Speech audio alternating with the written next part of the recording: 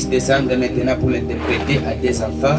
Nos âmes ont soif de toi, ô Dieu. Nous voulons boire de l'eau vive, Seigneur. Nous voulons que c'est à toi qu'on trouve de l'eau vive, Seigneur. Donne-nous maintenant cela, ô Dieu, nous les demandons et nous voulons que tu puisses le faire pour nous, Seigneur. Au nom de Jésus-Christ. Amen. Que le Seigneur vous bénisse beaucoup. Nous saluons chacun de nous à son nom propre et que le Seigneur vous bénisse. Est-ce que vous êtes content d'être dans la maison du Seigneur? Acclamons pour le Seigneur. Amen, amen, amen, amen. C'est David qui disait, je suis dans la joie car on me dit, allô dans la maison du Seigneur. Dans la maison du Seigneur, c'est là où il y a toutes choses qu'il nous faut. C'est là où il y a la vie éternelle. C'est là où il y a la parole de vie. Amen, amen. Nous voyons que notre état file. On va progresser petit à petit. Je crois que vous serez bénis. Amen, amen. Vous serez bénis. On a commencé petit sujet dès le mercredi. Par la grâce de Dieu aujourd'hui, je vais placer une virgule. Je dis merci au pasteur de m'avoir accordé sa chair.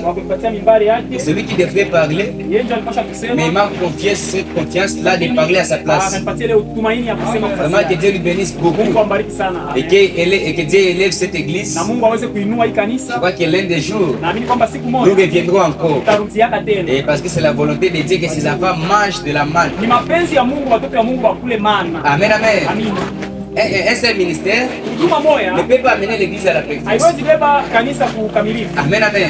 Nous tous nous combattons pour que l'église de Dieu arrive à la perfection. C'est comme dans un terrain. Il y a beaucoup de joueurs, mais chacun d'entre eux a son rôle dans l'église. Et moi je ne peux pas jouer numéro 9 si je suis numéro 10. Chacun de nous a son rôle. Amen, amen. Et chacun doit jouer selon le rôle que Dieu lui a confié. Chacun de nous doit rester à son poste de devoir et doit veiller à ce qu'il puisse accomplir la volonté de Dieu. Amen, amen. On doit servir Dieu dans sa volonté, pas aller en dehors de sa volonté. Vraiment que Dieu vous bénisse beaucoup. C'est vous qui me poussez de prêcher. On ne peut pas prêcher les arbres ou les bas, mais on prêche les hommes. Amen, amen. C'est la nourriture de l'épouse. Une fois il y a la nourriture, c'est qu'il y a celles qui vont manger cette nourriture-là. Et notre sujet, c'était l'avertissement puis jugement. On a appris beaucoup de choses là-dessus. Abraham nous a montré que Dieu avant de frapper ses enfants, il avertit premièrement ses enfants. Et cela, il n'y a personne qui peut l'interpréter autrement. Dieu l'interprète à sa manière de lui. Moi, je ne peux pas l'interpréter. Une fois il donne l'avertissement, c'est l'avertissement.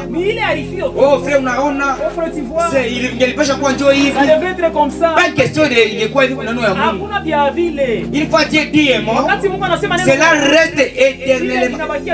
Moi je peux m'améliorer, moi je peux parler et changer ce que j'ai parlé, mais une fois Dieu parle, il ne peut pas modifier cela. Sa parole demeure éternellement véridique. Voilà pourquoi la Bible déclare que toutes les paroles de l'homme soient reconnues comme un mensonge et que ma parole soit connue comme vérité. La parole de Dieu, c'est la vérité. Peu importe combien ça semble difficile aux gens. Une fois c'est la parole de Dieu, c'est la vérité. Même si tu trouves difficile, même si tu trouves difficile, amenez cela, dis seulement cela, et tu verras des résultats. Amen, amen. C'est difficile de vivre. Mais tu t'efforces. La parole te coince. Il n'y a pas à fuir. Restons seulement dans la parole de Dieu. Si c'est la mort, nous allons mourir dans la parole. Si c'est la maladie, je vais rester dans la parole. Même si ma foyer est plaît, je reste dans la parole. Je ne laisserai pas Christ. Amen, amen, amen. Parce qu'il est le fondement éternel. Commençons par ici. Frère Branham dit, dans la prédication de l'enlèvement, paragraphe 77, Dieu n'a pas besoin d'interpréter. Il est son propre interprète. Il fait lui-même son interprétation. En accomplissant ce qu'il a annoncé. La manière dont Dieu a accompli sa parole, c'est à accomplir ça, ce qu'il a promis de faire, tout comme il avait dit dans la parole. Et une vierge concevra. Et cette vierge enfantera un enfant. Personne ne pouvait pas interpréter cela.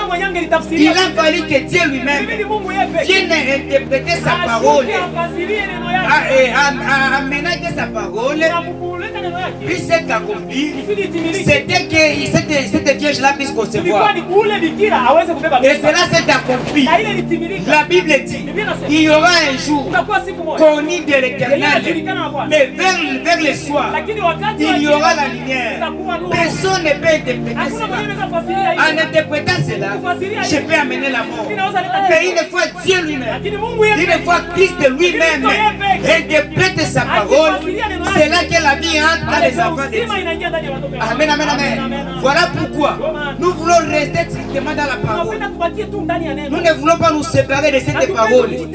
En interprétant mal, la mort va venir. Mais en restant dans la parole, c'est là que les gens auront la vie éternelle. Par exemple, au commencement, il a dit que la lumière soit et la lumière fit. Cela n'a pas besoin d'interprétation. Parce que lui-même, il voyait sa propre parole. Voilà pourquoi il prononçait et la chose est arrivée. Branham dit, Dieu n'accomplit pas sa parole par la parole, mais il accomplit sa parole par la puissance. Une fois il prononce, derrière cette parole-là, il y a la puissance qui vient amener cela à l'accomplissement. Alléluia. Qui vient amener cela à l'accomplissement. Et c'est Zacharie 14:6 doit être accompli. Mais comment cela doit être accompli? Oh frère, tu vois, on doit construire des grandes cathédrales. Tout cela c'est bien. Mais cela n'est pas l'interprétation de la parole. Amen, amen. Dieu interprète sa parole à sa manière et pas à nos propres manières. Le problème aujourd'hui, Dieu est en train d'avertir, mais il y a d'autres sons confis. Et cela fait que les enfants de Dieu n'attendent pas l'avertissement. Mais nous voulons nous séparer de tous ces sons confis-là et que nous accrochions à la parole de Dieu. Il y a des choses quatre aujourd'hui. Il y a des raccourcis aujourd'hui. Mais cela n'est pas la voie pour vivre par Dieu. Ce n'est pas ça la voie pour vivre par Dieu. Les chambres de prière, ce n'est pas ça la voie pour vivre par Dieu. Toutes ces petites choses mondaines, ce n'est pas ça la voie pour vivre par Dieu. Mais la voie pour vivre par Dieu, au temps de la paix, c'est cette lumière-là qu'il a promis à Zacharie 14. Une fois tu reçois cette lumière, pour toi tu es scellé. Alléluia. Tu ne peux plus périr parce que tu es scellé déjà du Saint-Esprit. William Branham dit dans les sœurs confis au paragraphe 93, maintenant nous vivons dans un jour de grande incertitude.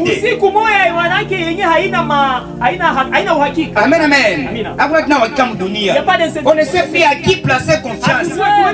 Toutes les choses semblent être brisées. Les gens qu'on espérait sont en train de nous décevoir. Plus de confiance dans les gens. Maintenant, où sont les chrétiens? Où sont ceux qui s'attendent à l'enlèvement? Nous vivons tout, mais sauf la vie chrétienne. Nous sommes comme ceux qui sont dans la porcherie. Et pourtant nous sommes dans la bergerie. Et la porte de la bergerie, c'est le Seigneur Jésus-Christ. Il paraît que tu avais entré par la fenêtre. Mais l'un des jours, tu vas pleurer. Mais les revenus, où on doit maintenant s'attacher à la lumière de l'âge. Amen, amen. Nous le savons tous. C'est un jour de certitude. Et un temps de certitude. Je ne crois pas qu'il y avait jamais eu un temps depuis le commencement du temps. Là dans le jardin d'Éden, lorsque le péché est entré et a brisé l'éternité et qu'il est entré dans les temps, je ne crois pas qu'il y ait jamais eu une période d'état aussi rempli de rempli de l'incertitude qu'aujourd'hui. En effet, il ne reste même plus un seul espoir dans le monde d'aujourd'hui. Depuis le jardin d'Éden, au courant des âges, il n'y a jamais eu un temps comme celui-ci dans lequel nous vivons. Aujourd'hui, il y a de l'incertitude partout. Amen, amen. De l'incertitude. Amen, amen. Partout il y a cela. Dans des églises, il y a cela. Dans des foyers, il y a cela. Dans nos maisons, il y a cela. Maintenant, on se pose la question. Où sont ces chrétiens-là que Dieu a promis dans sa parole que vous verrez de nouveau la différence entre ceux qui me servent et ceux qui ne me servent pas. Nous ne voyons plus la différence aujourd'hui. Nous sommes tous devenus pareils. Le monde fait ça. Les chrétiens aussi font cela. Est-ce que l'avertissement, on a écouté cela? Est-ce qu'on a écouté les cris de commandement? Amen, amen. De l'incertitude partout. C'est un homme dit. Dans la prédication, Dieu n'appelle pas un homme à schéma. Très bien. Nous voyons qu'il envoie d'abord ses prophètes avec des avertissements. Il ne change pas sa manière de faire. Il ne frappe pas toujours. Il ne frappe pas toujours au moment où il donne l'avertissement. Amen, amen. Si tu remets répéter, nous sommes pas là. Il ne frappe pas toujours au moment où il donne l'avertissement. Hapana hapigake mwili wakati yenyewe kuna harifu bado. Voilà. Mungu apigake mwili wakati yenyewe akikaliki na harifu bado. Amen, amen. Je veux que vous preniez bien note de cette déclaration. Dieu donne un avertissement. Mais il ne frappe pas systématiquement au moment où il donne l'avertissement. On doit avertir. Toi, tu dois penser que c'était pour une autre âge. Ça, c'est du passé. Tu commences à t'apparer aux choses du monde. Tu oublies que Dieu t'a averti. Tout en passant que Achachelewa. Et pourtant la Bible dit, le Seigneur l'Éternel ne tarde jamais pour ce qui concerne l'accomplissement de sa parole. Et il ne frappe pas quand il donne l'avertissement. C'est l'avertissement qui précède. Amen, amen. L'avertissement précède. Et puis derrière, il y a des pleurs qui viennent. Il y a le grincement des dents qui viennent. Mais nous qui sommes avertis, il nous amène quelque part. Il nous donne notre propre nature qui est différent de la nature du monde. Il nous donne notre allure qui est différent de l'allure mondaine. Il nous donne notre habillement qui est contraire de l'habillement mondain. Il nous donne nos langages qui sont contraires au langage mondain. Voilà pourquoi les enfants d'Israël, quand Dieu les a séparés, il a pourvu pour tout ce qu'ils avaient besoin. Il leur a donné un conducteur. Leur conducteur, ce n'était pas Moïse, c'était la colonne de feu qui était au-dessus de William Branham. Partout la colonne de feu allait. Il devrait suivre la colonne de feu. Même si la colonne de feu pouvait passer dans les épines, et aussi devrait passer par là. Parce que c'était ça le chemin. Et à ce temps du soir, la colonne de feu avance et l'église avance. la colonne de feu passe, l'église passe avec rien. Alléluia. On ne peut pas abandonner parce que c'est la voie pour vivre par Dieu. L'âne qui transportait Rebecca. Sur son dos, il y avait des hauts et des bas. Mais il avait dit, malgré ces hauts et des bas, malgré les croisés comme dire, c'était à dire, je tiendrai beau d'aller jusqu'au bout. Je ne lâcherai jamais parce que je sais, il y a une chose que je suis en train de viser. Parce que je sais, il y a l'enfer, à fuir et il y a le ciel à hériter. Alléluia. Voilà pourquoi nous devons tenir bon. Nous devons aller jusqu'au bout. Nous devons nous confier à Christ avec tout ce que nous pouvons avoir. Il faut nous avertir. Il doit pouvoir tout ce dont nous aurons besoin. Quoi que ce soit, il doit pouvoir à cela. Alléluia. Et pour montrer son amour, il envoie toujours un prophète. Et Branham me dit, la réussite est pour un peuple. Il doit y avoir un prophète. Moïse, dans le camp d'Israël, il était la réussite pour eux. Amen, amen. Voilà pourquoi le prophète nous dit, Moïse à son temps, il était la parole à ce temps-là. Amen, amen. Une fois les mains de Moïse se fatiguaient, on devrait amener des supports. Alléluia. Et que ces mains restent élevées. Et nous aussi, on n'a pas mais il même est qu'on aille. On doit veiller à ce qu'on puisse rester fermement à cette parole. Que rien ne nous sépare de la parole de Dieu. Que rien ne nous sépare de Christ. Frère Branham me dit ceci. L'avez-vous remarqué? Et là, quand il ne frappe pas au moment où il envoie dans les alors on se manque de ces prophètes.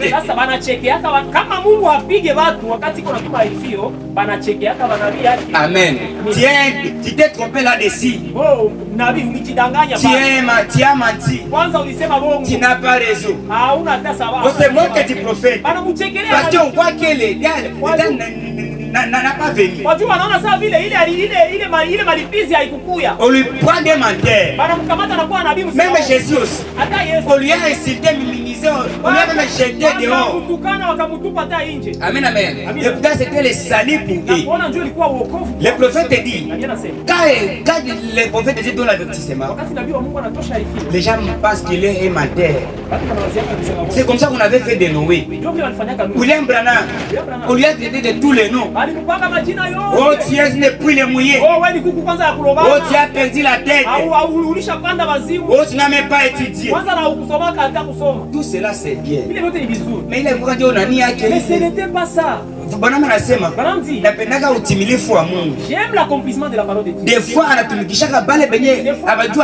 il utilise les gens qui n'ont même pas étudié. Amen, amen. Tu vois, un illettré se tenir devant pour apprendre aux intellectuels. Pas parce qu'il est grand plus que eux. Non, non, non, non. Parce que Dieu travaille toujours dans la simplicité. Amen, amen. Frère Branham me dit ceci. Quand on était sauvé là, au paragraphe 34, l'autre verset c'est 17. Il dit ceci. Dieu hait les péchés. Et les péchés doivent être jugés. Il a été dit. Si Dieu ne juge pas l'Amérique très bien. Nous allons dire Kalemi. Si Dieu ne juge pas Kalemi très bientôt, à cause de ses péchés, il devra ressusciter Sodome et Gomorrhe. Et leur demander pardon. Certainement. Parce que Dieu avait frappé les péchés hier. Il doit les frapper encore aujourd'hui pour demeurer les mêmes hier, aujourd'hui et éternellement. Et s'il ne le fait pas, il doit ressusciter. Tout ce qu'il avait frappé et les demander pardon. Alléluia. Comme la Bible déclare, Dieu n'est pas un homme pour mentir, ni un fils de l'homme pour se repentir. Il doit frapper les péchés. Il doit frapper l'iniquité. Il doit avertir et après frapper. C'est ça la foi de Dieu pour vivre. Alléluia. Tu ne peux pas fuir cela. Et à moins qu'on a acheté un monde. Mais kinyume ya ile utapigiwa tu. Ukwe boss. Ukwe nani utapigiwa tu. Parce que la parole de Dieu, c'est ce qui nous met tous au niveau moya. Bana kudai hapo usema beba oh frère moi je suis baki apale. Tu es tel mais tu dois respecter la parole de Dieu. Tu ne respectes pas, tu seras jugé. Amen, amen. Mais frère Branham dit, le péché qui tue le monde aujourd'hui, c'est le péché. C'est le péché. Voilà pourquoi Dieu doit les juger. Mais comme le péché, c'est ça la maladie qui est dans le monde aujourd'hui. Dieu a pourvu la guérison pour cela. Qu'est-ce que cette guérison-là? Dans la prédication, pourquoi? Paragraphe 99. Frère Branham dit ceci. Mais vous savez, Dieu a les médicaments dans ce royaume qui guérira chaque maladie du péché. Chaque maladie qui est dans le monde. Alléluia. Déjà reste assis sur les bancs de l'église. Non seulement cela, mais il reste assis juste là dans les bancs et murmure. Ils sont perdus et vont en enfer parce qu'ils refusent d'accepter les médicaments. Tu es malade. On te dit tu dois prendre les remèdes. Si tu ne prends pas ces remèdes, unauza dawa pharmacie. Puis tu les mets dans les tiroirs. Les jours passent, la maladie évolue. Parce que ce sont les germes qui sont rentrés. Les germes se multiplient dans le corps. Si tu devrais prendre les remèdes, il paraît que ces remèdes-là devraient tuer les cellules de ce quoi-là. Mais toi, tu laisses les médicaments dans l'armoire. Et maintenant,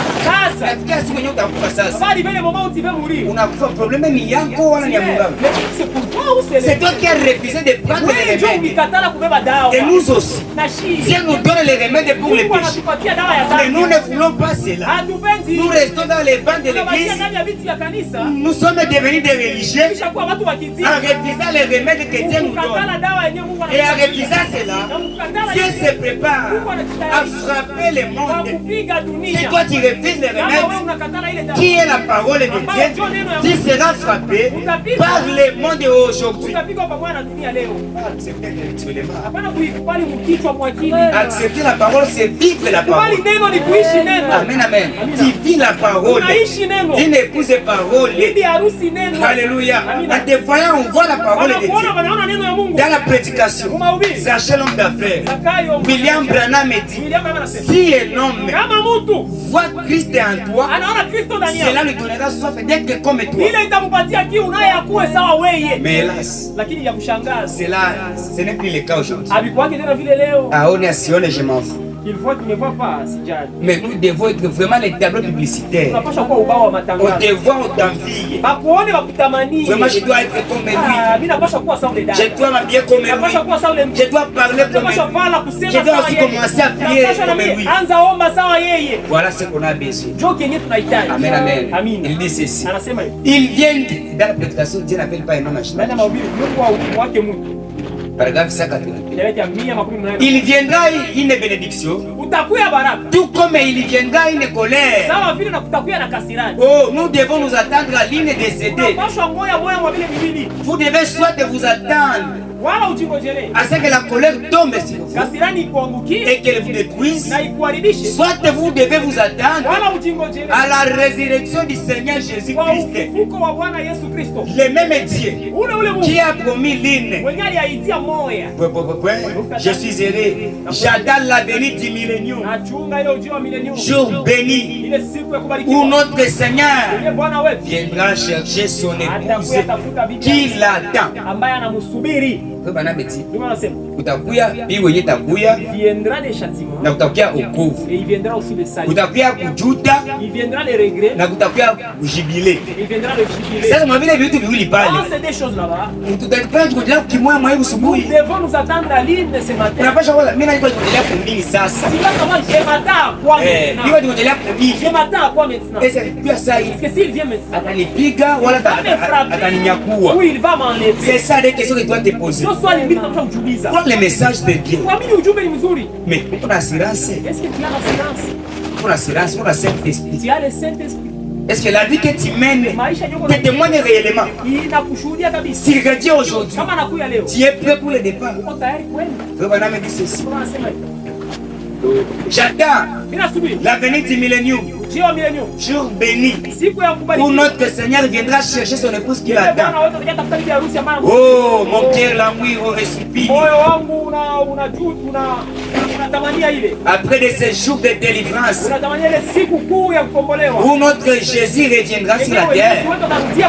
Alors les péchés les chambres, Na zambi sasa na la mafadhaiko. douleur et la mort de ce Na monde, maumivu na kifo cha dunia. les ténèbres cesseront. Giza itaisha. Amen, amen. Amina. Dans ce glorieux règne du millénium, Mwa ile millennium ya utukufu. de paix avec Jésus-Christ. Ile miaka elfu ya amani na Yesu Kristo. La seconde venue, frère Branham dit 21. Ndio vile anasema. Et à cet temps-ci, Na mwa hiyo wakati. est l'un des temps les plus horribles que Kwa les wakati croyants moya ya ole yenyewe wasioamini et les pécheurs na watenda dhambi aient jamais vécu. hawajawahi kuishi ndani, Car kwa sababu l'heure de la condamnation est wakati imminente. ya hukumu iko karibu. Amen, amen. Amen. C'est le temps le plus horrible Ndio wakati ya ole que les croyants et les pécheurs aient jamais vécu. mtenda dhambi na asiyeamini hawajawahi kuishi. Et parce que c'est le temps qui est très proche de la venue du Kwa hiyo Seigneur. wakati yenyewe karibu na ujio wa Bwana. Haikuwa sema hii wakati hii kizazi kipita, C'est pas que si cet âge passe, batakudelibere mwingine on kizazi. va encore te délivrer dans Hii inapita banapiga, Ceux qui passent, on châtie. banakula banaokolewa. Et ceux qui sont sauvés sont sauvés. Voilà pourquoi ni kizazi moja kabisa yenye iko kwese. Maana c'est un âge qui est tellement coincé. Amen, amen. Amina. Kwa maana nasema, car l'heure de la condamnation Siku ya hukumu est imminente iko haraka pour les croyants. kwa wale wanaoamini Et pour les croyants, na kwa wale wanaoamini. c'est le temps le plus glorieux, Ni wakati ya utukufu. car sa rédemption est proche. Ukombozi wake uko karibu. Il y a deux groupes déjà sur la terre ce matin, Mbili ya watu dunia yote. les croyants et les incroyants. Waamini na wale wasioamini. C'est que le Seigneur viendra prendre Penye Bwana atakia kubeba. et ce qu'il viendra Wale condamner. penye atakia hukumu. Merci Seigneur. Asante Il y Bwana. a ce qu'il viendra prendre Uko penye atakia et hukumu. ce qu'il viendra condamner. Uko penye atakia beba na penye atakia Et hukumu. dans les églises aujourd'hui, Na makanisa leo. même les églises du message, Hata il y makanisa. a ce que Dieu va prendre et ce que Dieu va frapper. Mais ce n'est pas ça le souhait de Dieu. Haiko njoo kupenda kwa Mungu. Dieu nous a envoyé le message Kutumia ujumbe. pour nous séparer totalement. Tutenge kwa roho. Que tes passés changent, Mawazo yako que ton attitude hali change, yako ibadilike. que tes marches changent, que tes ambitions changent. Mawazo yako ibadilike. Voilà le but du message. Njoo kifukuzi cha ujumbe. Formons les sœurs Tufanye badada. qui portent l'image de la parole de Badada Dieu. benye kubeba hii picha ya neno. Les frères qui manifestent Christ partout. Wanaonesha Kristo fasi yote. C'est ce que Dieu veut faire de Njoo nous. kenye Mungu anapenda tufanye. Mais est-ce que nous le voulons? Lakini est-ce que tunaipenda? Est-ce que nous l'acceptons? Je tunalikubali? Est-ce que nous ouvrons la porte pour Christ? Fungulia Kristo mlango. Avertissement puis jugement. Warifiwa kisha kuhukumiwa. Amen, amen. Ça c'est l'avertissement. Hii ni arifio. Il dit ceci. Anasema hivi. À sa venue, Ujio wake. il va bénir les uns Atabariki pamoja. et il maudira les autres. Atalaani bengine.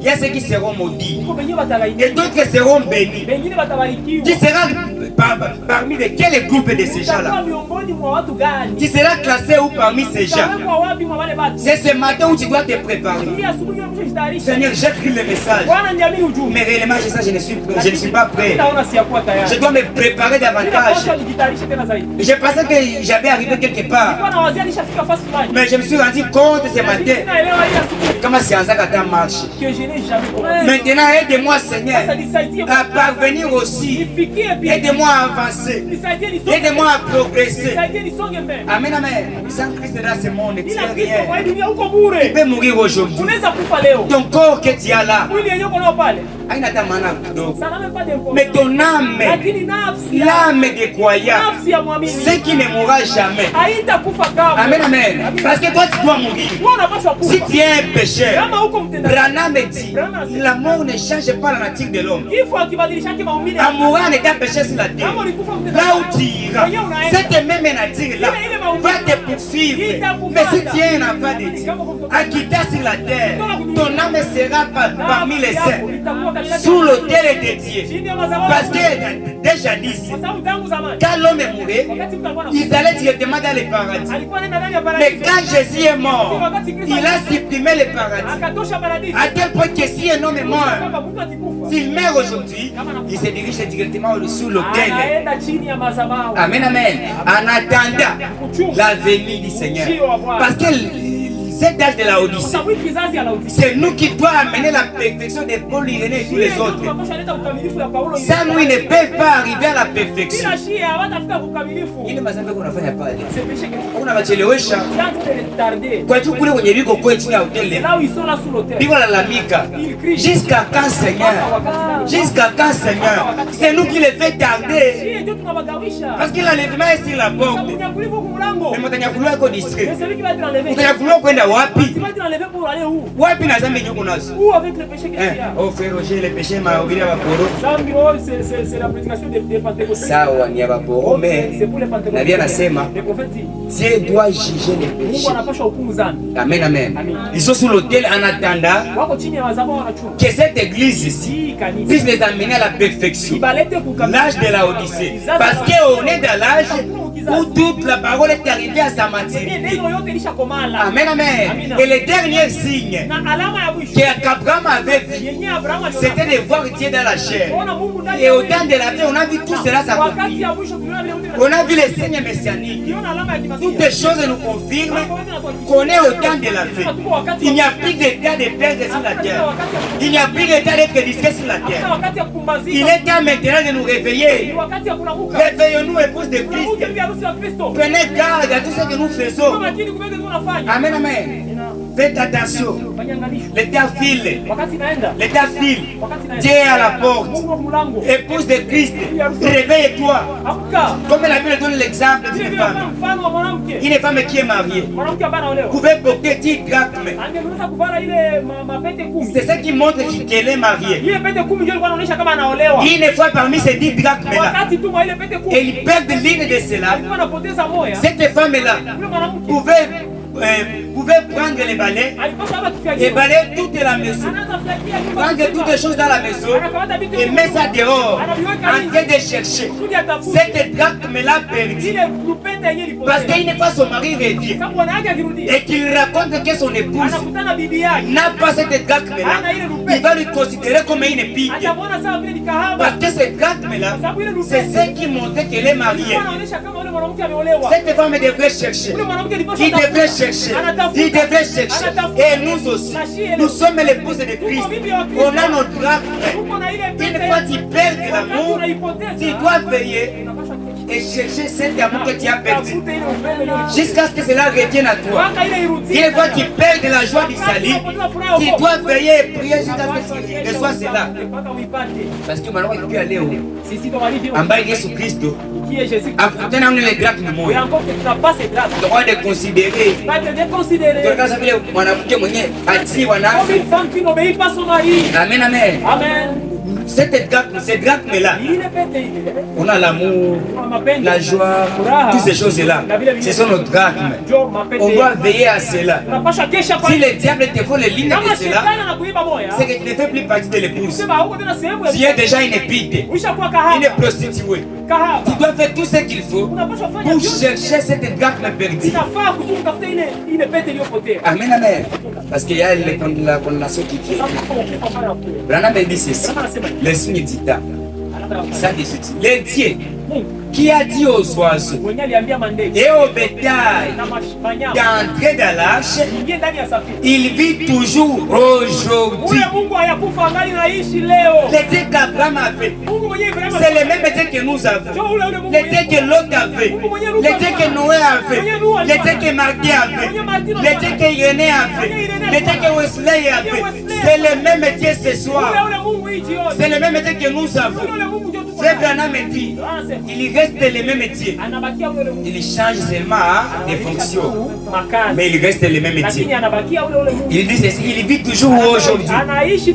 Et si Dieu, par son esprit, peut faire que les oiseaux, les brebis et les vaches fuient la destruction, à combien plus forte raison cet esprit ne pourrait-il pas le faire pour son église? Lorsque nous voyons la destruction arrive, mon frère, ma sœur, éloignez-vous de ces murs de Babylone moderne. Ils vont s'écouler l'un de ces jours. Tous ces pensées que tu as, l'orgueil que tu as, un jour cela va s'écouler. Tu vas rester là, tu te sentiras ni. Tu te sentiras ni. Kada avait péché. Il s'est trouvé qu'il était nu. Et William Branham dit, une foi énorme entre dans la présence de Dieu. Il sait ça qu'il ne peut même pas parler. Il ne sait même pas parler. Comme Moïse a dit à Dieu, voici moi je ne sais pas parler. Comment tu vas m'envoyer? Comment tu vas m'envoyer vers Pharaon? Un intellectuel. Qui a Moïse est intellectuel. Qu'on avait appris comment faire tout ce que Pharaon faisait. Mais il avait posé la question. Comment moi qui ne sais même pas parler, je vais me tenir devant Pharaon? Parce qu'il est devant la présence de Dieu. Il s'est retrouvé qu'il était.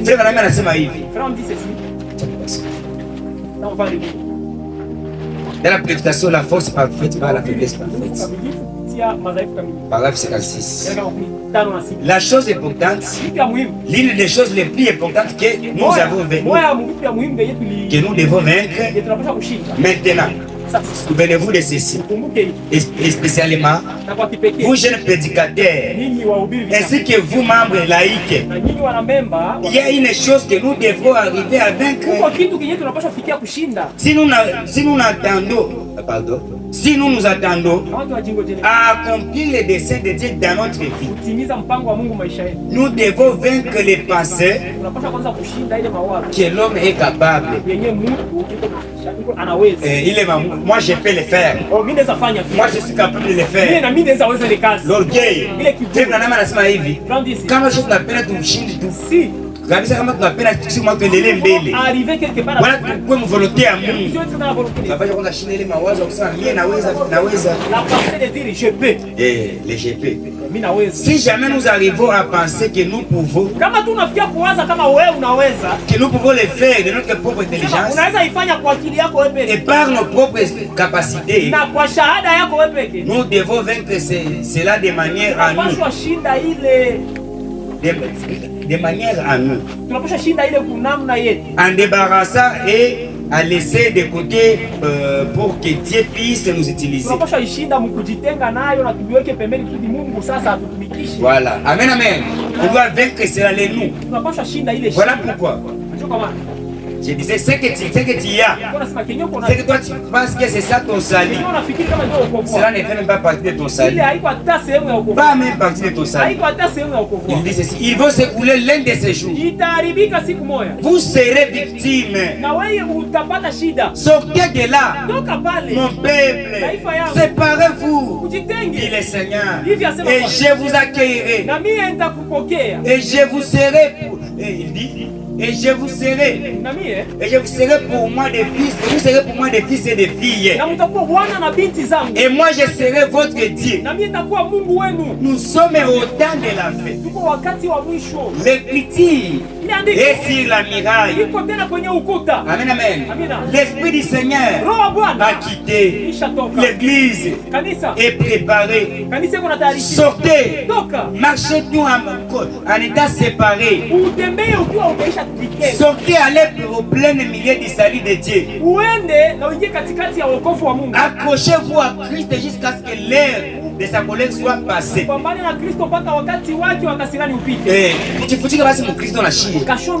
Pour qu'il ait jugement inakuya. Ipite kwanza.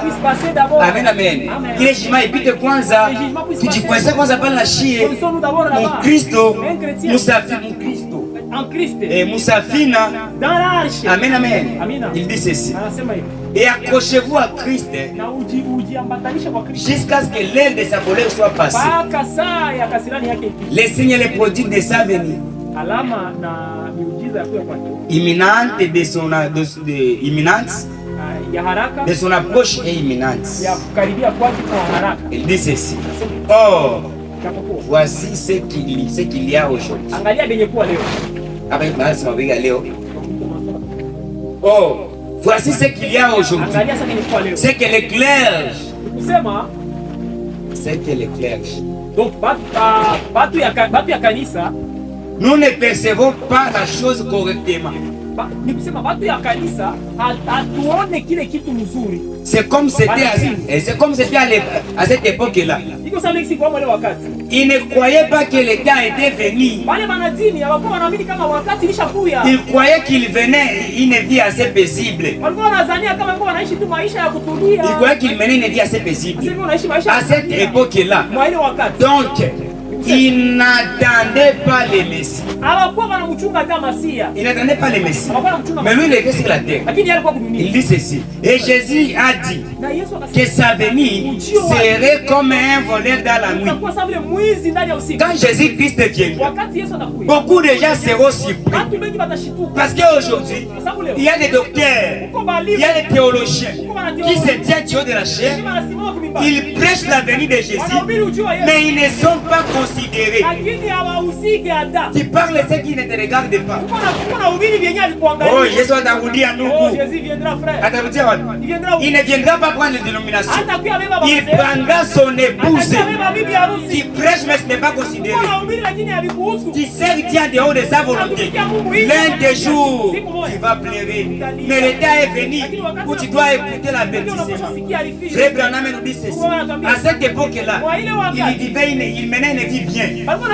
Il est vie paisible. Tout en passant que tout chaque comme millénium déjà. Mais quand le Seigneur Jésus s'est manifesté, a commencé à prêcher, il pouvait se tenir dans la table. On lui a remis les roues. En ouvrant, il avait dit, l'Esprit du Seigneur est quand il m'a ouvert de proclamer la délivrance aux captifs. Il est de la délivrance à cet âge. Mais est-ce que les gens l'ont reçu? Ils ne l'ont pas reçu. Ils ont commencé à dire, on a eu petit. L'enfant du menuisier, il est fou. Mais il était la parole à cet âge-là. William Branham dit, quand le Seigneur Jésus était sur les Jourdains avec Jean-Baptiste, quand Jean lui baptise, tout Dieu est descendu. Le ciel est resté vide. Dieu est descendu sur la terre. La plénitude corporellement était en Jésus-Christ. Tout Dieu habitait totalement dans le Seigneur Jésus-Christ. Frère Branham dit ceci. Aucun homme n'a jamais eu la plénitude de la divinité, sauf le Seigneur Jésus-Christ lui-même.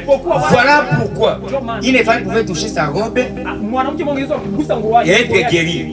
Même ses orteils, c'était les orteils de Dieu. Tout ce qu'il faisait, mais son ombre, c'était Dieu. Alléluia. Tout Jésus était Dieu à cet âge-là. Sur la terre, mais on n'a pas cru cela. Si on n'a pas cru Dieu dans les corps, est-ce qu'ils vont croire Dieu qui est dans l'esprit? Je ne le sais pas. Que Dieu nous vienne en aide. Aujourd'hui, Dieu n'est plus au ciel. Il est en toi, il est en moi. C'est le Saint-Esprit en toi. Et frère Branham me dit, la vie éternelle. Banakutia Nyawera, unaishi pale, nyumba mzuri, magari ya mzuri, una uzima wa milele. Un jour j'avais causé avec un témoin de Jéhovah. Il m'a dit frère, millénium. Je lui ai posé la question. Pour arriver premièrement au millénium, pour être arrivé premièrement, est-ce que tu sais les exigences? Toute la Bible, moi je sais la Bible, frère. Tu connais les Écritures. Mais tu connais les Écritures. Mais tu n'as pas l'auteur des Écritures. Tu peux ou ne pas connaître les Écritures. Mais connais premièrement l'auteur. Qui est l'auteur de cette Écriture? Est-ce que j'ai l'auteur? Est-ce que l'auteur me connaît? Quand ils sont dans la Bible. Mais kama Mungu akujue, ni vya bure. Ya kwanza, Mungu akujue kwanza. Haina haja mwanadamu anijue. Nataka Yesu anijue. Que l'auteur te connaît premièrement. Quand l'auteur va te connaître, là tu seras en harmonie maintenant. Oh frère, mimi najua Biblia yote. Je dois entrer là-bas. Quand il m'a venu à mzuri yote, na kiana kila chakula. Ça c'est pour moi. Je choisirai cette maison. Nous c'est ça. La vie éternelle, c'est le Saint-Esprit en toi. Parce que quand tu as celui du Saint-Esprit, utaishi éternellement. C'est ce que Dieu avait dit à son disciple, qui lui a posé la question. Voici, on a tout laissé. On a tout laissé. On a laissé nos parents. Tu nous injures même en disant, laisse les morts enterrer leurs morts. Maintenant, après tout ça, après avoir abandonné tout cela, qu'est-ce que nous allons avoir comme prix? Qu'est-ce que nous allons recevoir? Jésus avait dit, tout celui qui laissera ses parents, ses champs, ses maisons, donc tout ce qu'il a, c'est bien, et me suivre moi. Moi, je lui payerai au centuple sur la terre, et après la vie éternelle. Amen, amen. Tu vivras éternellement. Parce que tu es l'épouse de Christ. Pour toi, il n'y a plus la mort. Tu es le bien prédestiné de Dieu. Amen, amen. Il dit ceci. Jésus a dit que sa venue, ce serait comme un voleur dans la nuit. Ici, nous, l'épouse de Christ, qui est préparés, en ayant les lampes et l'huile, quand on va sonner les sons de la trompette, parce que c'est le cri qui amène l'épouse maintenant à aller dans cette fête de souper de roses. Amen, amen. Nous serons prêts. Parce qu'on a les lampes, on est prêts. En sonnant cela, on va prendre nos lampes et on va s'approcher. Parce qu'on a nos lampes préparées. Mais ceux qui sont distraits là-bas, l'épouse qui est distraite là-bas, lui, il sera surpris. Parce que pour lui, Yesu atakia mkiza kwake kwa sababu hana mwangaza kumwangazia. Sasa tunauliza hivi, wanasema kama kila mwenye yuko mkiza ataona mene atashituka. Mene atashituka. Sasa wewe mwenye unaosha mapile mwako, unaona kama mene inatokea kule, kuna kila tembea, utashituka tena? Hautashituka parce que unaiona sina kutia kule, uko na mwangaza. Lakini kama unalala tu sika kutia kwa machafu, utashituka. Si tu dors, ça dépasse sur la joue. C'est pareil avec la venue du Seigneur. Nous les causes qui est préparé par la parole de Dieu, nous ne serons pas surpris. Parce que nous avons la lumière. Nous savons qu'il vient bientôt. Et nous l'attendons. Mais pas les venir. Watashituka frère. Kwa sababu mwangaza hakuna. Il n'y a pas de lumière. Hii mwangaza ya Zacharie 14 hawana hayo. Voilà pourquoi cette lumière-ci doit être éclairée tout le monde entier. Dans ton quartier, c'est toi que tu dois éclairer. Si tu n'éclaires pas mon frère là où tu vis, et que tu prétends être un chrétien, ni Mkristo gani sasa? Kwenye huko kwanza wewe auangaze. Là où tu vis, tu n'éclaires pas. Mkristo entourage yako yote. Un chrétien son entourage. Disons même 100 mètres. Même 100 mètres. Unapasha kwa mwangaza yako pale vile. Tu dois être le lieu de refuge pour ces celui qui a un besoin de quelque chose, il doit se réfugier là-bas. Amen, amen. Il doit se réfugier là-bas. Parce que c'est toi qui as la lumière. La parole de l'âge. Branham dit, Dieu ne nous a pas envoyé ce message pour nous condamner. Jamais, jamais, jamais. Le message est venu pour nous préparer. Et le temps de la préparation, il dit ceci. comme un voleur dans la nuit. Au moment où les gens les gens ne seraient pas conscients de sa venue. Mais quelques-unes de ces vierges qui sont allées à sa rencontre, la moitié d'entre elles avec de l'huile d'aller lampée. Et elles étaient prêtes. Elles étaient prêtes, ces épouses-là. Elles étaient ces signes. Et c'est à elles que je m'adresse ce matin. Bibi Harusi, parce que c'est la nourriture de l'épouse. Voyez, à celle qui attend les signes maintenant, les signes de sa venue. Ces signes donnés par le Seigneur sont donnés uniquement aux croyants. Il m'a signé avertissement.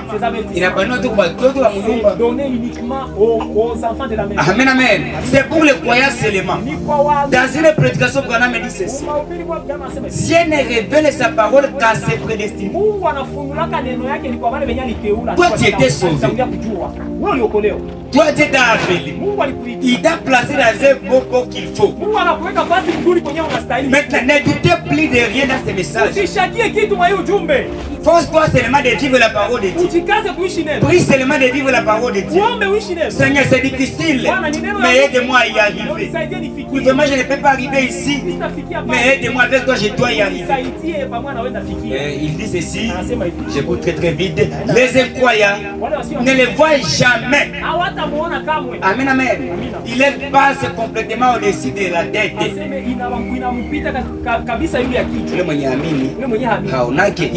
Ile mwangaza neno ya Mungu itapita yule kichwa yake, kwa sababu kwake yeye ce sont des choses nouvelles. Amen, amen. Nasema mastation na katakata kipande kiganywa wakati. Et aujourd'hui, des hommes sont frappés d'aveuglement. L'aveuglement est parti. L'amnésie spirituelle. Les gens somnolent spirituellement par là. Les gens sont frappés d'aveuglement parce qu'ils rejettent Dieu, la miséricorde. Il ne reste plus que les jugements. Amen, amen. Mais Dieu, dans son amour et sa miséricorde, a donc pourvu des moyens, de sorte qu'avant même que les jugements divins frappent, qu'il y aura un moyen. Dieu a pourvu des moyens qui échappent pour tous ceux qui désirent marcher dans cette voie-là. Ça, c'est sa miséricorde de pouvoir des moyens. Il dit ceci: ne voulant pas qu'aucune de vous périsse, mais voulant que tous arrivent à la repentance. Il est dans le monde aujourd'hui. Il opère des signes de prodiges. Et ceci, je saute là-bas, paragraphe ça, il dit ceci: et frères, si vous avez déjà goûté à Dieu, pour voir qu'il est bon, entrez dans l'arche une fois, car c'est là que se trouve la manne. La manne se trouve dans l'arche. Les messages que nous avons, tu entres dans les messages, c'est là où il y a toutes les choses. Ma problème est si vous découragez. Tu peux marquer aujourd'hui dans la bataille. Tout dépend de Dieu qui t'a appelé. Parce qu'un chrétien ne compte pas sur ses propres moyens. Et la Bible dit: les anges de l'Éternel rampent autour de ceux qui les craignent. Une fois toi tu as besoin de quelque chose, sache que Dieu a pourvu dès avant la fondation du monde. Et tout ce qui arrive dans ta vie, ne t'inquiétez pas, rien n'arrive par hasard. Même si tu tombes aujourd'hui, un vrai combattant, même s'il tombe, il se relève et continue la marche. Ne restez pas là. Même si tu pêches, demande pardon et continuez la route. Continuez la route. Continuez la route. Ne soyez pas découragés. N'acceptez pas que le diable te fait croire que Dieu n'est pour les mouillés. Frère Branham me dit, vous ne l'êtes pas. Vous êtes les fils et filles de Dieu. Les filles et fils du roi. Vous n'êtes pas les charlatans. Amen, amen. Il dit ceci. C'est dans l'âge où il y a la manne. Pas dans une vieille credo libre. Des credos charnels. Ou quelque chose du genre. Mais en Christ, à l'intérieur, entrez par la porte et Dieu fermera derrière vous pour empêcher le jugement d'entrer dans cette vie. Tu entres dans le message. Derrière toi, Dieu ferme la porte. À tel point que si le jugement vient aujourd'hui, que tu sois épargné de cela. Parce que tu es déjà entré. Pour toi, il n'y a plus le jugement. Tout comme les enfants d'Israël. Là-bas en Égypte, quand Pharaon avait annexé son cœur, Dieu a dit à Moïse, dit à Aaron, et toi, vous allez leur dire de prendre l'agneau dans chaque maison. On va immoler l'agneau. Ça c'était, on a investi le peuple de Dieu. Vous allez immoler l'agneau. Et cet agneau-là, que vous allez immoler, ce serait l'agneau pour la maison. Famille. Amen, amen. Vous allez manger l'agneau pour de chaque famille. Et le sang de cet agneau-là, vous allez l'appliquer sur les linteaux. Et dans la nuit, il y aura l'ange de la mort qui va passer. Si l'ange voit les sang sur la porte, il ne va pas tuer les gens dans cette maison-là. Mais s'il ne voit pas les sangs, il va frapper. Alléluia. Laisse-moi vous dire ce matin, même si Pharaon pouvait aussi appliquer les sangs sur les linteaux, il pouvait être épargné de la mort. Mais parce que Pharaon n'a pas eu la révélation d'appliquer les sangs, la mort est venue. Quand la mort est venue, les peuples de Dieu, ils étaient avertis d'entrer dans la maison et avaient appliqué les sangs. Appliquer les sangs. Tu entres dans les messages, tu dois oublier les choses anciennes. Tu dois oublier la mortalité. Et tu entres complètement à se confier à Christ corps et âme. Alléluia. L'ange est venu. L'ange a frappé les gens. Les gens sont morts. Mais seulement celle d'Israël, il n'était pas mort. Parce que les sang étaient appliqués sur les linteaux. La délivrance pour eux, c'était les sang sur les linteaux. Même s'ils étaient des pécheurs, entrer seulement là-bas, que les sang soient appliqués. C'était comme les cadenas qui fermaient les jugements. Notre cadenas qui ferme les jugements, c'est en recevant le Saint-Esprit. Parce que Frère Branham me dit, à cet assis, la sentinelle que nous avons, c'est le Saint-Esprit qui est en train d'avertir les gens. Le Saint-Esprit dans des hommes. Amen, amen. Il dit ceci. L'état de l'union est son signe. On est dans l'état de l'union. Oui, oui, on est dans l'état de l'union. Où l'épouse vient s'unir avec son époux. Amen, amen. Oh, comme l'église aujourd'hui devrait avoir les signes du temps où nous vivons. Fuyez à toute vitesse vers le calvaire pour avoir la vie. Pas vers une église, mais vers Jésus-Christ. Unissez-vous à lui, pas à une organisation ou à un credo d'église. Unissez-vous à Christ et soyez sûrs que c'est bien lui. Amen, amen. Soyez sûrs de celui que tu as rencontré. Je marche très vite. Comment puis-je vaincre? Ça est oui. En effet, les ténèbres ne peuvent pas résister à la lumière. Cette lumière que Dieu a promis. Quand cette lumière viendra, il n'y a aucune ténèbre qui doit résister à cela. Les ténèbres ne peuvent pas résister à la lumière. Quelle que soit l'intensité des ténèbres, la lumière les chassera et ne peuvent pas subsister supporter. Frère Branham dit gloire. Prenez donc toutes les ténèbres que vous voudrez et essayez une fois de vous opposer à la lumière. Vous verrez ce qui va arriver. Celui qui est en vous est la lumière. Et celui qui est dans le monde est les ténèbres. Donc, la lumière a démontré qu'elle a bel et bien vécu les ténèbres. Et il en est de même de l'homme qui est en Christ. Et qui sait qu'il a vécu les choses du monde. Branham dit Amen. Paragraphe 5. Branham dit ceci. Celui qui est en vous est plus grand que celui qui est dans le monde. Celui qui est en toi est plus grand que l'incrédulité. Celui qui est en toi est plus grand que le jugement qui vient. Voilà pourquoi tu dois faire tout ce qu'il faut pour te séparer. Frère Branham dit ceci. Mais si vous regardez en arrière et que vous sentez la condamnation, eh bien, vous êtes encore dans le monde. Si vous regardez en arrière et que vous sentez la condamnation, vous êtes toujours dans le monde. Par contre, si vous vivez au-dessus de ces choses, donc celui qui est en vous vous conduira jusqu'au-dessus des ténèbres. Je saute encore, j'étais avec la fête.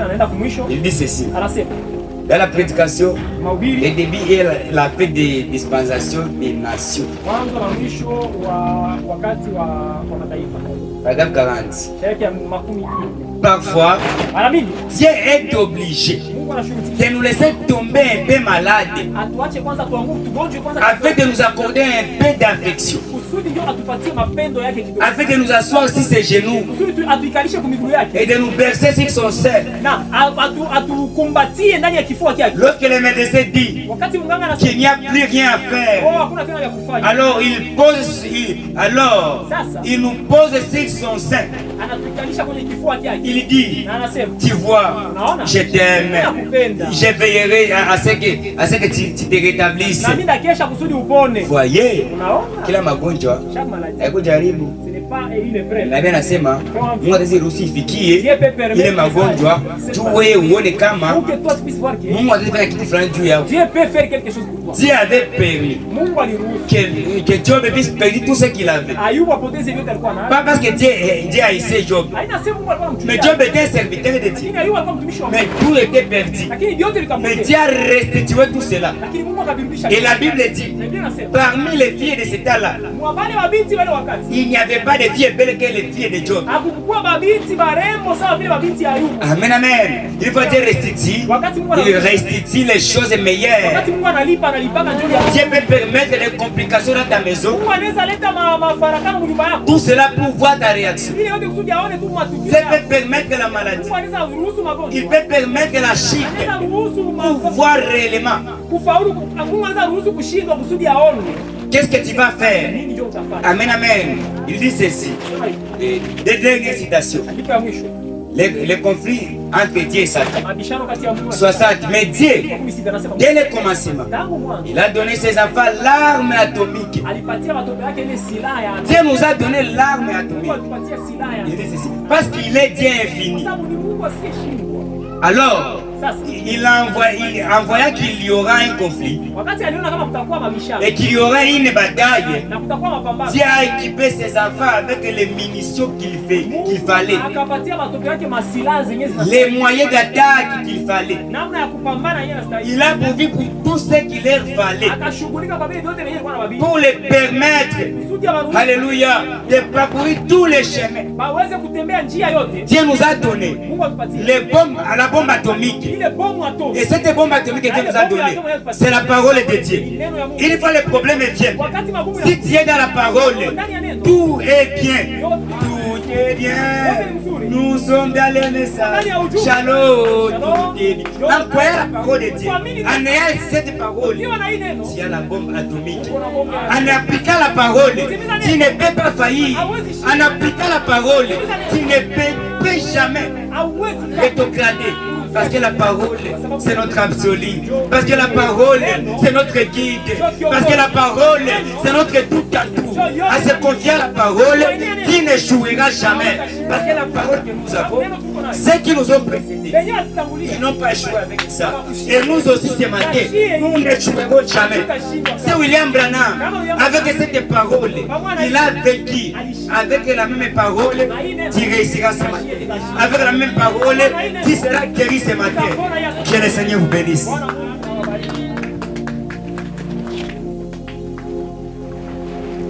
Amen, amen. Que Dieu vous bénisse richement. Et que Dieu bénisse abondamment son serviteur. Amen, amen. C'était très bien. C'était un moment béni. Et nous avons passé avec l'homme de Dieu, le frère Roger. Que Dieu soit loué abondamment. Est-ce qu'on peut encore acclamer pour le Seigneur? Gloire au Seigneur Jésus. Amen, amen. C'était une très bonne prédication. Un très bon enseignement. Avertissement, oui, jugement. Cet avertissement qui nous rappelle que nous ne sommes pas les autres. Amen, amen. Nous sommes le peuple de Dieu.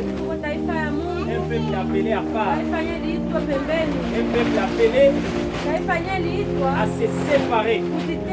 Amen, amen. Comme c'est comme ça dit ici. Les enfants d'Israël. Leur avertissement, c'est ce qui les avait sauvés. Amen, amen. Si elle les avait dit que dans chaque famille, ils puissent immoler un agneau. Et quand ils vont immoler cet agneau, ils vont prendre le sang et l'appliquer sur les linteaux. Quand ils vont mettre ce sang-là, c'est un signe. Ah, ça va beaucoup bénir. Quand on met le sang là sur les linteaux, c'est un signe que l'ange de la mort va regarder. Quand l'ange de la mort sera en train de passer, il ne va pas regarder à l'habillement. Il ne regarde pas une belle église. Il ne regarde pas la bonne santé. Il ne regarde pas tiens combien d'argent. Quand l'ange de la mort est en train de passer, il regarde sur les linteaux. Est-ce qu'il y a les signes là-bas? Et la mort est en train de passer dans la vie. Vous voyez les gens qui sont en train de mourir. Tu te réveilles le matin, tu pars en train de soir. Il y a celui qui est en train de conduire sa moto. Il est en train de marcher. Juste un faux pas. Un faux pas. Juste un peu. Et il va. Kwa naswata kukadogo hivi yale ashakia chini ya bini ya gari anakufa. Amen, amen. Meshie mafopa ngapi kufanya?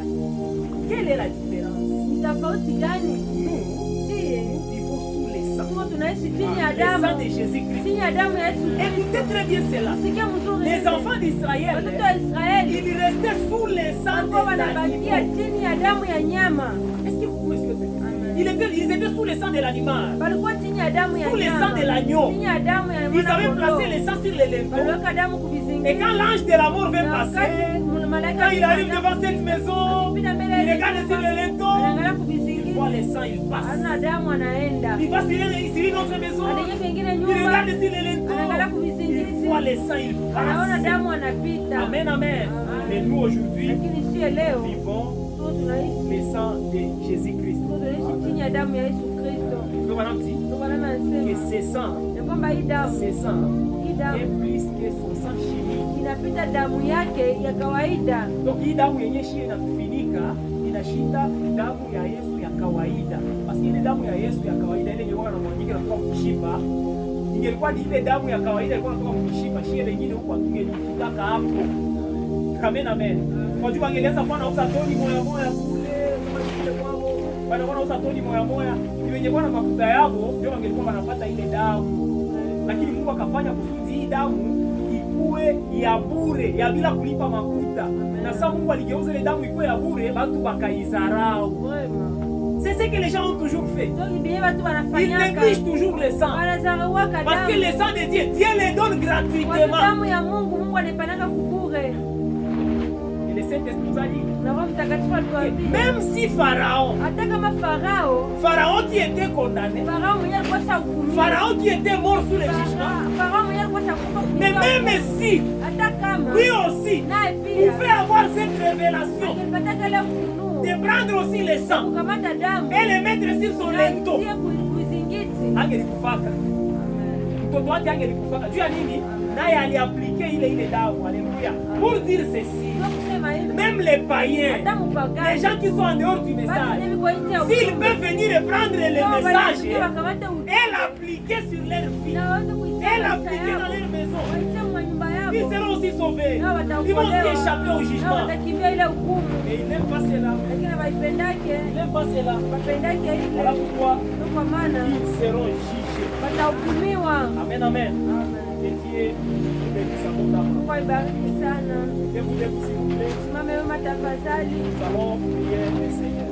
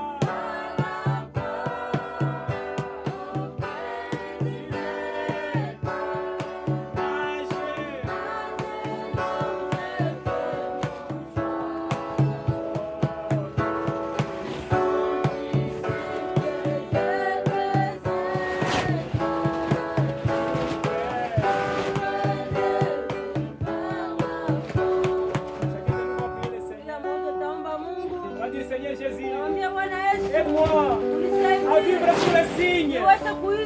Que je puisse appliquer les linteaux. Je puisse appliquer le sang sur les linteaux. Afin que l'ange de la mort, afin que quand le jugement va passer, que je sois scellé à l'intérieur.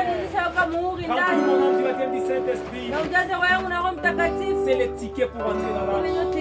Prions tous le Seigneur.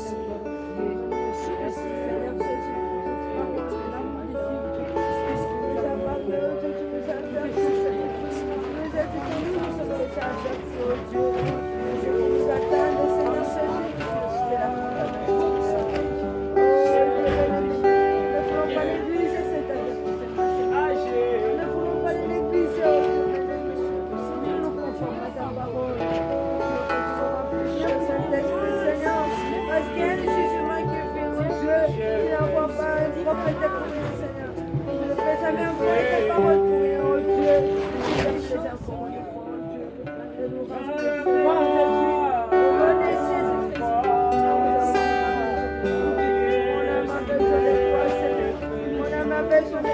Ah, Jésus.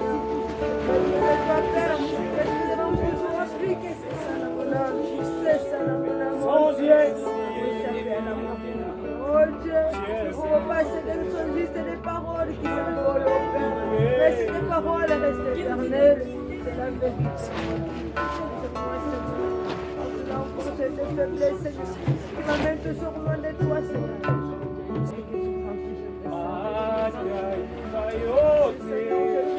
Je ne peux jamais envoyer ta parole et retourner à toi, Seigneur. Je te prie, Seigneur, envoie ta parole et nous avertir.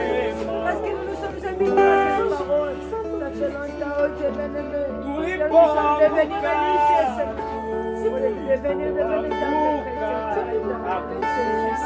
Mais pourquoi, oh Dieu bien-aimé, beaucoup de parce que cette vie-là n'est pas, oh Dieu.